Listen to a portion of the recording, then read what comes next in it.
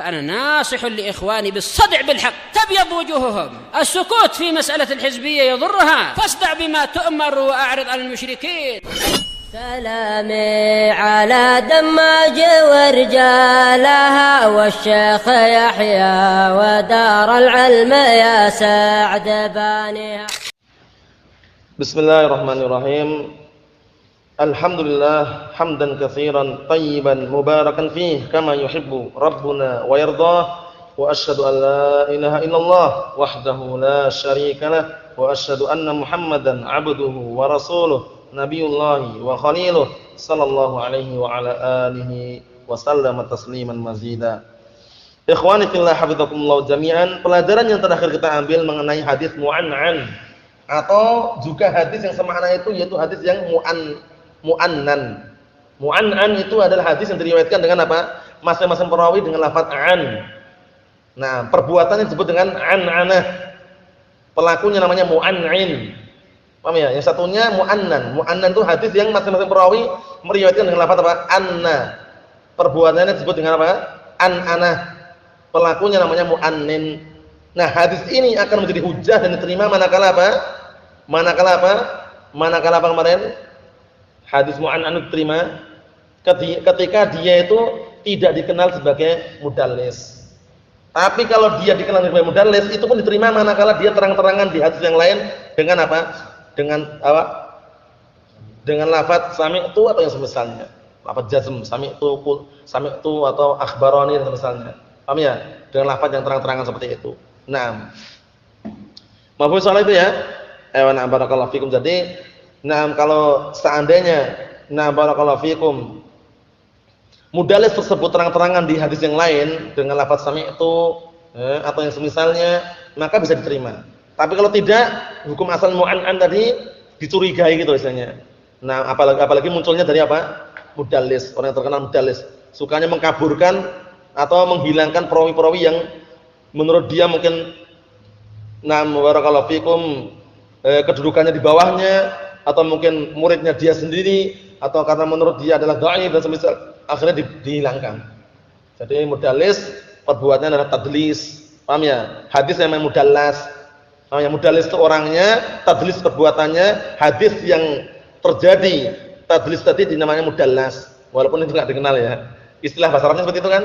Nah, tadlis itu perkara yang tidak diperkenankan. Oleh karena itu Syu'bah bin Hajjaj Abu Bustam Amirul Mukminin hadis, nah barakallahu fikum, dinukilkan beliau mengatakan apa? La an azniya ahabbu ilayya min an udallis. Sungguh demi Allah, aku berzina itu lebih aku cintai, lebih aku sukai daripada aku berbuat tadlis. Maksudnya apa maksudnya? Maksudnya itu bukan makna itu zina itu enggak. Maksudnya itu, nah barakallahu fikum, tadlis itu sangat berbahaya sekali. Penyamaran soalnya, pekaburan. Orang menganggap padahal hadisnya aslinya itu lemah, tapi karena dia gara-gara tadlis tadi, nampaknya hadisnya apa? Sahih menjadi indah. Indah dan sahih. Padahal aslinya lemah itu loh. Nah, barakallahu fikum. Tapi kalau orang berzina kan terang-terangan, jelas itu keliru dan jelas itu adalah maksiat. Tapi kalau tadlis kan orang enggak nampak ya? Enggak nampak, pengkaburan. Bahaya, nah barakallahu fikum. Kita lihat sini ya. Nah, barakallahu fikum. Berikutnya masih pembagian atau masih dalam pembahasan, nah barakallahu fikum, sambungan daripada yang disampaikan oleh Al-Imam Al-Baiquni rahmatullah alaih. Mu'an'anun ka'an Sa'id dan Al-Karam. Berikutnya wa mubhamun ma fihi rawin lam yusam. Sekarang kita masuki hadis yang mubham. Mubham di sini yang bagaimana barakallahu fikum? Qalu wa mubhamun ma fihi rawin lam yusam. Hadis mubham itu adalah hadis yang di dalamnya ada perawi yang tidak disebutkan namanya atau tidak diketahui keadaannya. Wal mubham huwa alladhi fihi rawin lam yusam. Paham ya? Mubham itu adalah hadis yang di dalamnya ada perawi yang tidak disebutkan namanya. Tapi ingat ya, ini selain sahabat. Paham ya? Karena jahalatus sahabah, majhulnya tidak dikenalnya para sahabat, selama itu sahabat maka apa? La tadur, tidak membahayakan. Paham ya? Nah, jadi jahalatus sahabah itu makbulah. Paham ya? Tidak dikenalnya para sahabat dalam masalah hadis misalkan ya, anna ahadan min ashabi Rasulillah. Siapa ahadan ini? Wallah alam enggak dikenal siapa, enggak disebutkan juga. Pastikan mesti udul. Pastikan dia termasuk orang-orang yang udul, memiliki sifat adalah, mustaqimus sirah fi dinihi wa muru'atih. Paham ya? jalan hidupnya itu lurus dalam agamanya dan juga kehormatannya serta harga dirinya. Paham ya? Karena nggak boleh kita mencaci maki para sahabat. Paham ya? Jadi kalau misalkan dijumpai hadis anna ahadan min ashabi Rasulillah, seakan-akan dalilnya mubham enggak? Mubham dan majhul, enggak dikenal siapa ini sahabat ini. Walaupun enggak dikenal, walaupun enggak disebutkan namanya, pastikan orang tersebut termasuk apa? Ahlul udul, orang-orang yang memiliki sifat adalah. Karena langsung dapat tazkiyah dari Allah Subhanahu wa taala kan. Nama kullan wa'adallahu al-husna. Masing-masing para sahabat itu Allah telah sudah janjikan bagi mereka husna. Apa husna? Surga. Paham itu ya? Sudah jelas itu. Oleh karena itu tidak boleh kita menolak hadis yang sebabnya karena apa? Jahalatus sahabat, tidak dikenalnya sahabat yang ada di dalamnya. Paham ya? Terkadang lafaz seperti itu kan, anna rajulan minal ansor. Siapa ini? Enggak dikenal juga kan? Nah, tapi itu dari kalangan sahabat jelas sudah. Muhajirin wal ansor jelas. Apa maksudnya ya? Nah, ini maksudnya adalah orang-orang yang selain para sahabat, mungkin tabi'in, atba'ut tabi'in. Lah kok enggak disebutkan namanya, maka mubham. Apa maksudnya ya? Wa hadha wal qismu tsani asyar min aqsamil hadis al-madhkura fi hadzal nadhm. Ini adalah pembagian yang ke-12 dari pembagian-pembagian hadis yang disebutkan dalam pantun ini. Misal an yaqul, contohnya seperti ada orang mengatakan haddatsani rajulun, telah menceritakan kepadaku seorang lelaki. Nah, ini siapa lelaki ini?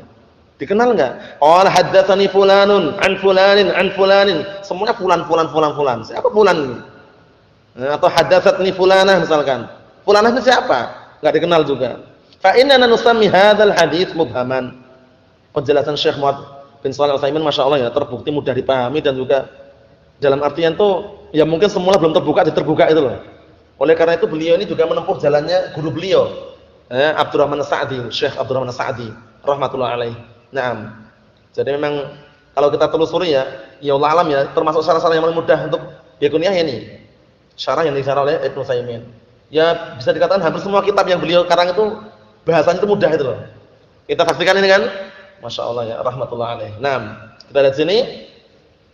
Maka kita menamakan itu hadis mubham li'annahu ubhima fihi rawi, karena di dalam hadis tersebut perawinya disembunyikan namanya. Ya, disembunyikan namanya, enggak ditahu siapa perawinya. Wa kadzalika idza qala, demikian juga seperti itu pula apabila ada orang berkata haddatsani thiqah, telah menceritakan kepadaku orang yang thiqah. Masih mubham ini? Mubham siapa yang thiqah ini? Orang terpercaya siapa? Orang yang bersifat thiqah terpercaya ini siapa? Fa innahu aidan yakunu mubhaman, maka hadis tersebut tetap dikatakan mubham. Orang yang thiqah tersebut dikatakan mubham. Li'annana la nadri man huwa hadza thiqah, karena kita enggak tahu siapa yang thiqah ini. Orang yang thiqah ini siapa? Faqad yakunu thiqatan 'indal muhaddits, bisa jadi orang tersebut thiqah menurut salah satu ahli hadis saja. Paham ya? Dia mungkin thiqah menurut satu muhaddis saja, walaysa bi thiqatin 'inda ghairihi. Tapi dia ternyata tidak thiqah menurut yang lainnya. Paham ya? Seperti Tautsik Ibnu Hibban.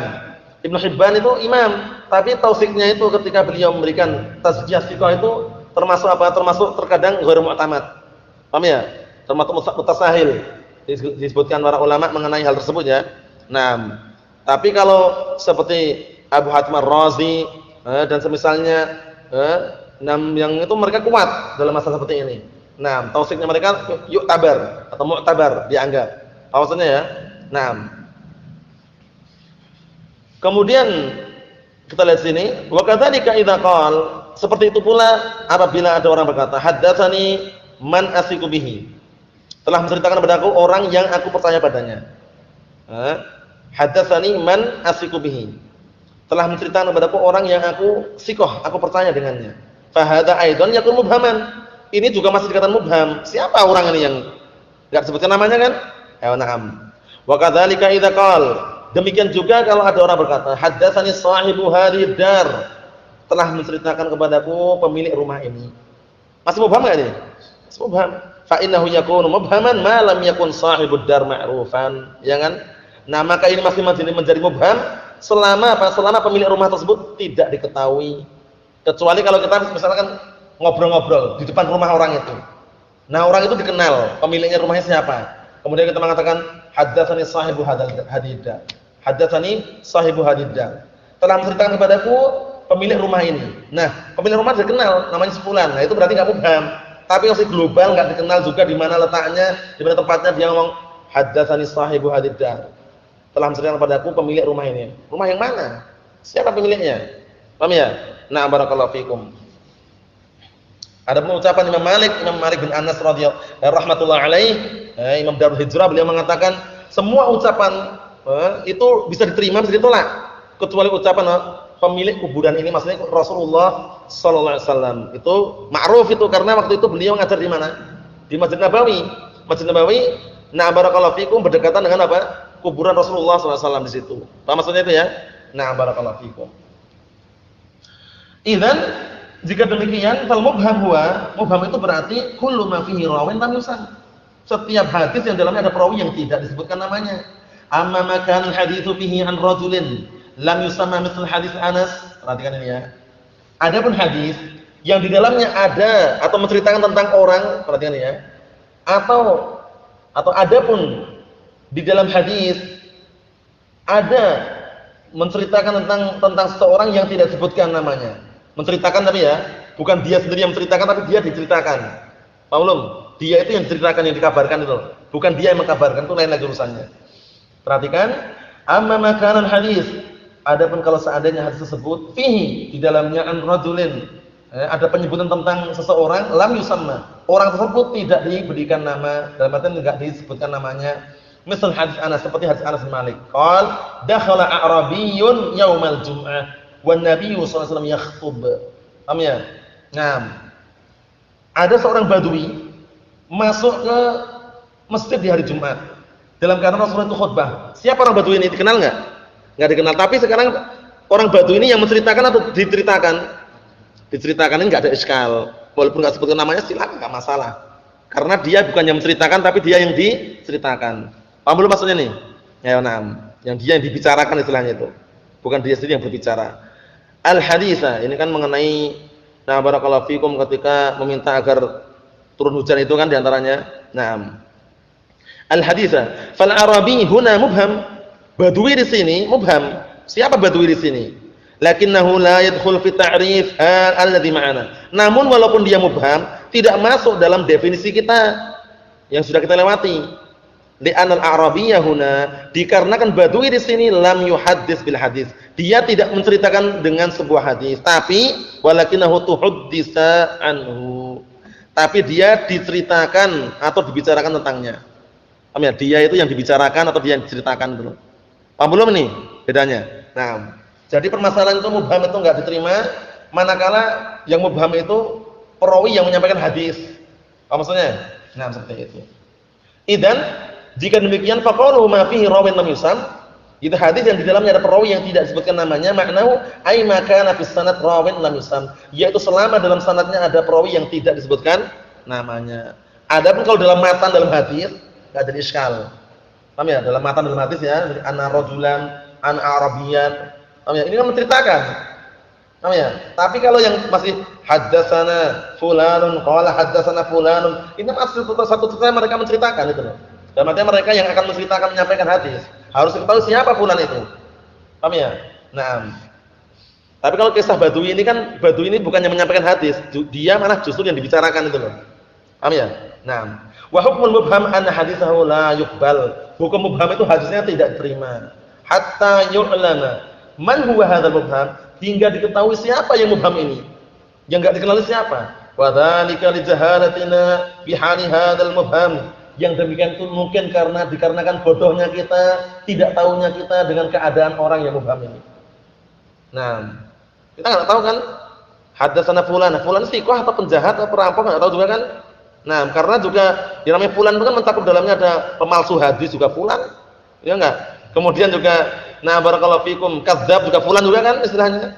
Nah, kemudian juga dhaif juga fulan. Ini fulan kan umum, seseorang. Kalau fulana juga umum, seorang wanita. Siapanya kan enggak jelas. Ayo itu. Kita lihat di sini.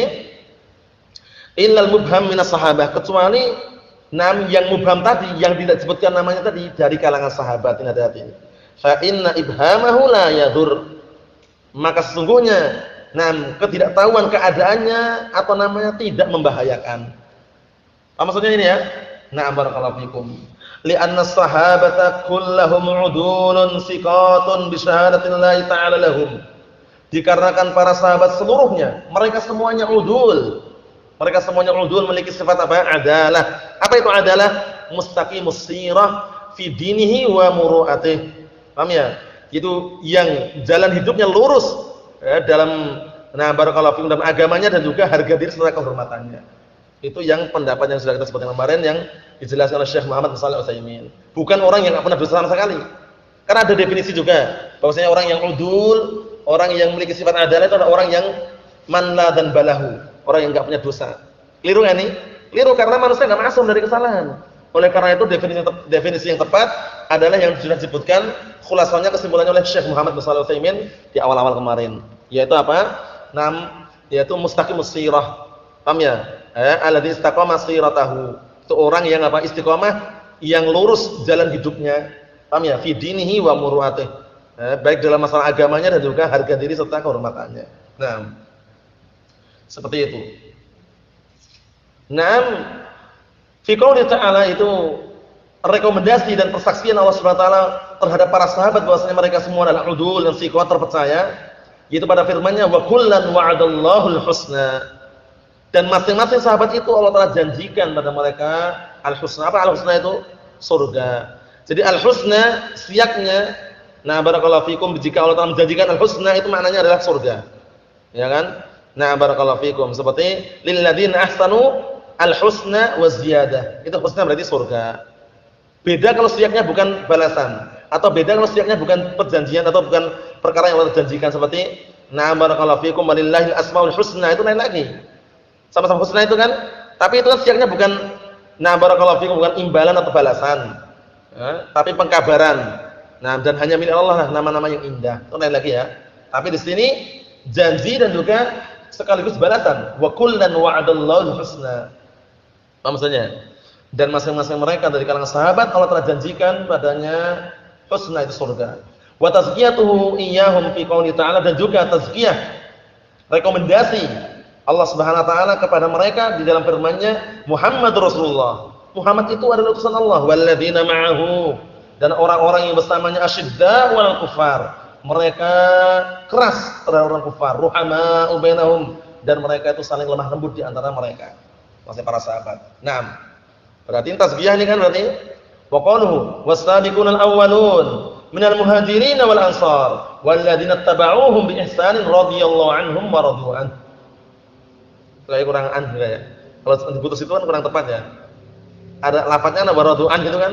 Yang tepat mungkin ditambahi wa radu an gitu. Karena kalau wa radu itu kan kurang tepat maknanya maksudnya. Was-sabiqunal awwalun, dan orang-orang yang mereka awal-awal masuk Islam dari kalangan muhajirin dan ansar, dan orang-orang yang mengikuti mereka dengan baik, Allah Taala ridha kepada mereka dan mereka ridha kepada Allah Subhanahu wa taala. Di sini ada faedah barakallahu fikum yang sering kita dengar, taqdimul muhajirin dan ansar. Didahulukan muhajirin daripada ansar karena memang muhajirin lebih afdal daripada ansar dari berapa sisi? Apa itu? Nusrah wal hijrah, ahsan tabarakallahu fikum. Jadi muhajirin itu lebih afdal dari ansar karena dua sisi yang mereka miliki, yaitu al-hijrah wan nusrah. Hijrah bersama Rasulullah dari Makkah ke Madinah, wan nusrah mereka juga menolong Rasulullah. Tapi orang ansar hijrah enggak? Hijrah dari Makkah Madinah enggak? Al-ansar penduduk asli Madinah menyambut mereka. Cuman mereka juga memiliki keutamaan. Cuman lebih utama mana? Muhajirin. Buktinya di sini didahulukan. Sebabnya kenapa? Karena jama'u bainal hijrah wa nusrah.